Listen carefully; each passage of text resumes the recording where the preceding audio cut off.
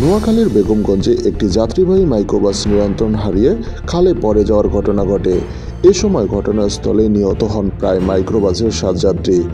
বুধবার ভোরে জেলার চন্দ্রগঞ্জ পূর্ব বাজারে এ দুর্ঘটনার ঘটনা ঘটে। চৌমোহনীর ফায়ার স্টেশন জানিয়েছে, বুধবার ভোর 5টা 40 মিনিটে মাইক্রোবাস দুর্ঘটনার সংবাদ পাওয়া যায়। ঘটনাস্থলে 6টা 5 মিনিটে পৌঁছে তারা উদ্ধার কার্যক্রম শুরু করে। এতে ফায়ার সার্ভিসের একটি ইউনিট উদ্ধার কাজে অংশ নিয়েছে বলে জানান Mahipur fire service station master. প্রাথমিকভাবে জানা গেছে, মাইক্রোবাসটি ঢাকার শাহজালাল আন্তর্জাতিক বিমানবন্দর থেকে 14 জন যাত্রী নোয়াখালীর উদ্দেশ্যে রওনা দেয়। জেলার চন্দ্রগঞ্জ পূর্ব বাজারে পৌঁছালে মাইক্রোবাসটি দুর্ঘটনায় পতিত হয়। এতে ঘটনাস্থলেই 7 জন নিহত হয়। হাইওয়ে পুলিশ জানায়, মাইক্রোবাসটি চালক সহ 14 জন যাত্রী ছিল।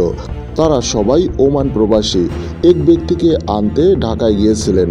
দুর্ঘটনার পর 7 জন বেরিয়ে আসতে সক্ষম হয়, কিন্তু বাকিরা বেরিয়ে আসতে পারেনি। পরে মাইক্রোবাসটি উদ্ধার করলে 7 জনের নিথর দেহ পায় ফায়ার সার্ভিস।